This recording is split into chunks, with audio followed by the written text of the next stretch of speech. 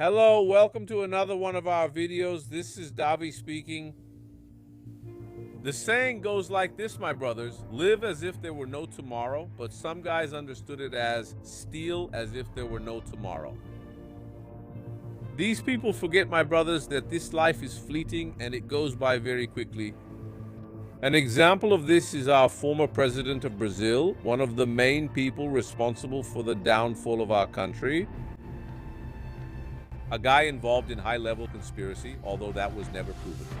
But high-level conspiracy against the nation, he handed over many riches to foreign interests, and today the people miss this heritage. God-given wealth only comes once. I'm talking about Fernando Henrique Cardoso, who for many people saved Brazil, created a strong currency that's still here today. In the meantime, there was a bearded guy always saying that what he did was a disaster. It was as if, pardon my language, someone was defecating and he was just putting rugs over it. Sooner or later, that's going to rot and there's no way to hold back the smell. That's exactly what he did. It was a plan based on keeping inflation artificially contained. The Institute gave up, trusting it would happen for them. It's unreliable. The rocket isn't working. He is now my brother. He is very close to meeting the Creator. Obviously, he won't, as we already know, right? His whole story and what he did show that he won't. The articles being published right now say the following: FHC no longer remembers that he was president of Brazil after Alzheimer's progressed. And we're not taking pleasure in this because it can happen to anyone, but when we see it happen to these figures who thought they were above the law, this guy was indicted in Operation Car Wash. But, as we know, right, it was a necessary form of justice, but it was picking its targets. This one, yes, this one, no. And in that context, this guy's name was mentioned, just like Michel Temer's was. And they're out there thinking they're untouchable. And maybe they really are. If you look at it, this guy is 95 years old. He had a very comfortable life, fooled a lot of people, and wrecked a nation. No problem. But what these people don't understand, my brother, and what many evangelicals also don't understand, is that hell does exist. Christ talked about it. And when you see examples like FHC, you understand why hell has to exist. Which is very good. The guy is 94 years old and still deceiving people. Living the good life, enjoying the best of everything, and suddenly everything ends peacefully, and that's not how it is. Now is when real life begins. This is clear in the scriptures. I'll read you the news first, then we'll discuss that point. Let's go. Former President Fernando Henrique Cardoso, known as FHC, 95 years old, was declared legally incapacitated by the São Paulo court due to the progression of Alzheimer's. According to released information, the disease has affected his memory to the point that he no longer remembers that he was president of the republic. The court decision was made at the request of his own family. With this measure, the management of FHC's legal, property, and financial matters is now the responsibility of his son, Paulo Henrique Cardoso, who has been appointed as his permanent guardian. Civil interdiction is a procedure provided by law to protect people who have lost the ability to manage their own affairs due to incapacitating illnesses. I wonder, is that really the case? Or at the end of his life, will they do to him the same thing he did to the people? Valdemiro, for example, right? Valdemiro Santiago also got just a small taste, right, of what it's like to be deceived. He deceived so many people, spreading strange doctrines that have nothing to do with Christianity, was robbed by his own daughter and son-in-law. And God may delay, right, for us humans, because we want the solution right away. We want to see things happen quickly. Everything happens in God's time, my brothers. One way or another, these people pay. Hell, my brother. When you look at people, for example, who have taken the lives of thousands, and some do it directly, right, in a violent way, with guns, with knives, with bombs, and others do it by embezzling funds, which is the case with our politicians. Because these methods are more like, you can't see them, right? They're not so direct, they're more discreet, people don't understand. But if you go to a hospital, you see how many people are dying. Often it's due to a simple surgery that could be done in 20 minutes. And there aren't resources for that. And there aren't resources because guys like him embezzled and sank the nation. And worse, they attacked and ridiculed, with the help of their cronies, people who tried to make the people aware of this. Just to remind us a little about what the real plan was, there's a video here that's a bit long from Dr. Enéas, but it's worth every second.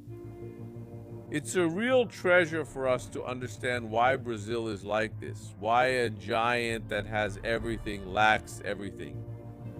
See? The contradiction. We have everything here. We have every kind of mineral you can think of. But at the same time, the people lack everything. We use Norway as an example. Every Norwegian born there is born with a good amount of money. If I'm not mistaken, we made a video about it, 2 million if I'm remembering right, that each one is born with, right? They're already born well off. Here in Brazil, we're already born with a debt of 50,000. Then you look at the wealth the country has and you say, no, that's Brazil's. Minerals, oil. But doesn't it go to Brazilians? No. What do you mean? It's Brazil's, but this wealth doesn't go to Brazilians. Norway showed that if there's wealth in the country, it belongs to the people. That is managed publicly, but the profits are passed on to the people. That's what I used to say, even about privatizations. If you sell something owned by the people, they must approve it, and the money should go to every Brazilian. Not as services, they want that, but as actual money. I'll put it in your account, it's yours. But that doesn't happen. So I want you to see, my brother, even to expose a bit of this guy's legacy, because a lot of people say no, but the real plan was the solution, and it wasn't. The real plan was the plan to steal each citizen's assets, the individual assets of every citizen. Watch Dr. Enéas explain why this was a bad idea. The newspaper headlines and radio and television news delight us every day with wonderful news. The real reaches deflation this month. Inflation is expected to reach 0. Is that really true? Is stabilization really happening? Inflation is a process in which prices keep rising progressively due to several factors. In Brazil, since 2/3 of the population live in a subsistence economy, the idea that Brazilian inflation is caused by consumer demand is completely false. Brazilian inflation is cost-push inflation. Since taxes are always included in the final cost of the product, and the interest rates, it is theoretically impossible to end inflation while keeping taxes so high and interest rates so huge. So what was the miracle of the real plan? What kind of Machiavellian diabolical project was this? That, without addressing the real causes of inflation, extremely high interest rates and taxes, is still managing to keep it under control at levels close to 1% per month. The government, as if by magic, made the real worth more than the dollar. It lowered import tariffs while the dollar was cheap. And low tariffs. The market was flooded with imported products, with real junk. Tinquilarias. The domestic industry was forced to keep prices low in order to compete with the prices of imported products. If the company's costs had been passed on to product prices, they would lose the market full of imported goods, and that's how the process started. The exchange rate was pushing inflation down. There was wage erosion from the moment the plan was implemented. It was estimated at around 30% at the time of the transition from URV to the real. There was no wage increase. The second element came into play, pushing inflation down. With interest rates kept high, it became almost impossible for the farmers to pay off the loans they had taken out. Do you remember the March to Brasilia? But if the farmers passed the costs on to the prices of agricultural products, they would lose the market because the government also imported food, lowering the tariffs to the same level as Argentina's. Then the third element came into play, pulling inflation down. Agricultural prices went down, because otherwise it would be impossible for farmers to sell their products. The government didn't even touch it on taxes and on the critical point, because of Nguyen's unsuspecting roots. The crucial issue of Brazilian inflation hidden by the press, which is rotten. It's the high interest rate paid on government debt securities. Paying interest of 2.5, 2.5 per month on 80 billion. That's $80 billion with a B. Bilhões de dólares. You reach the astonishing figure of $2 billion per month. That's about $65 million per day. That's almost $3 million per hour. These numbers are astronomical. If you earn 300 reais a month, much more than the minimum wage, you would need to work only 833 years to earn what Brazil pays in 1 hour of interest. Just interest. Then the government comes and says that they have to privatize state-owned companies to reduce the domestic debt. The thing is, they've already been sold. And countless state-owned companies, including 2 giants, Companhia Siderúrgica Nacional and Usiminas, and the domestic debt keeps growing. The real estate debt was, in March of 94, $50.5 billion. In July of 94, $59.5 billion. In July of 95, during the Machiavellian Plano Real era, it was already $82.2 billion. Now I ask, what was the point of selling the state-owned companies? Selling Celsa do Espírito Santo for $250 million, which was enough to pay for 3 or 4 days of interest? Remember, dear viewer, just the interest. Do they also want to sell Vale do Rio Doce, which holds incalculable assets? The owner of the richest underground resources on the planet? Do they want to sell it for $7 billion, which is only enough to pay 3 months of interest? Look, dear viewer, they're selling, handing over, giving away all the wealth that belongs to our children and grandchildren just to pay interest. And the debt just keeps increasing. The diabolical plan. He also managed to bankrupt the state-owned banks. And there go Banerjee and Banespa. And others that can't pay the interest.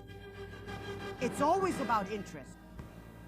They even want to privatize Social Security, saying that it runs at a loss, but that's a lie too.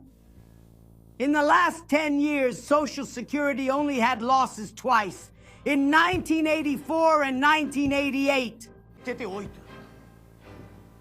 It's a highly profitable structure, and that's why they want to privatize it.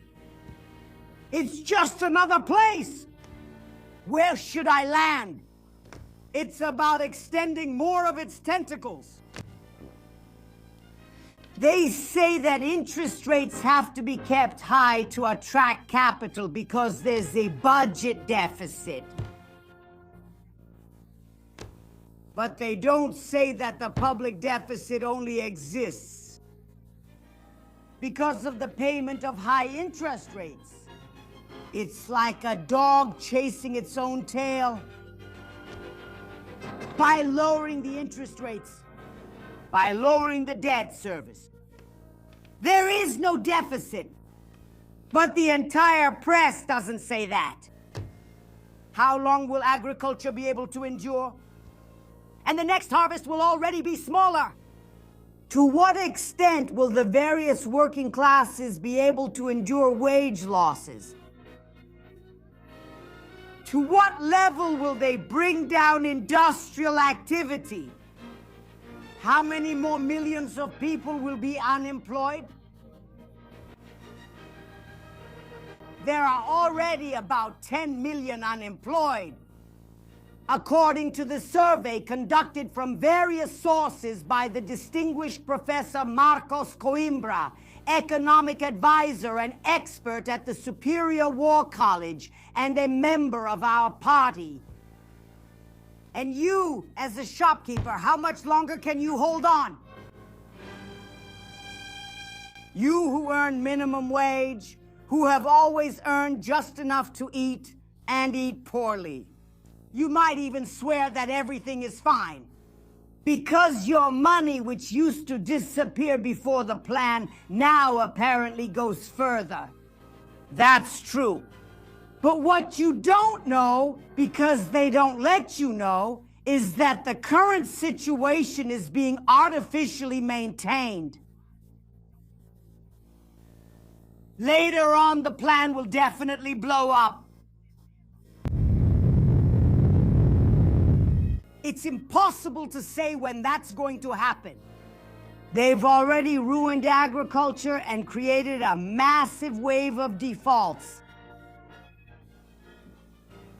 Look, gentlemen, at the absurd level that delinquent debts, insolvency proceedings, and bankruptcies have reached. Not because of the debtor's fault, but because it's absolutely impossible for those who work and produce to compete with the loan sharking institutionalized by the government and applauded by the press, which is rotten.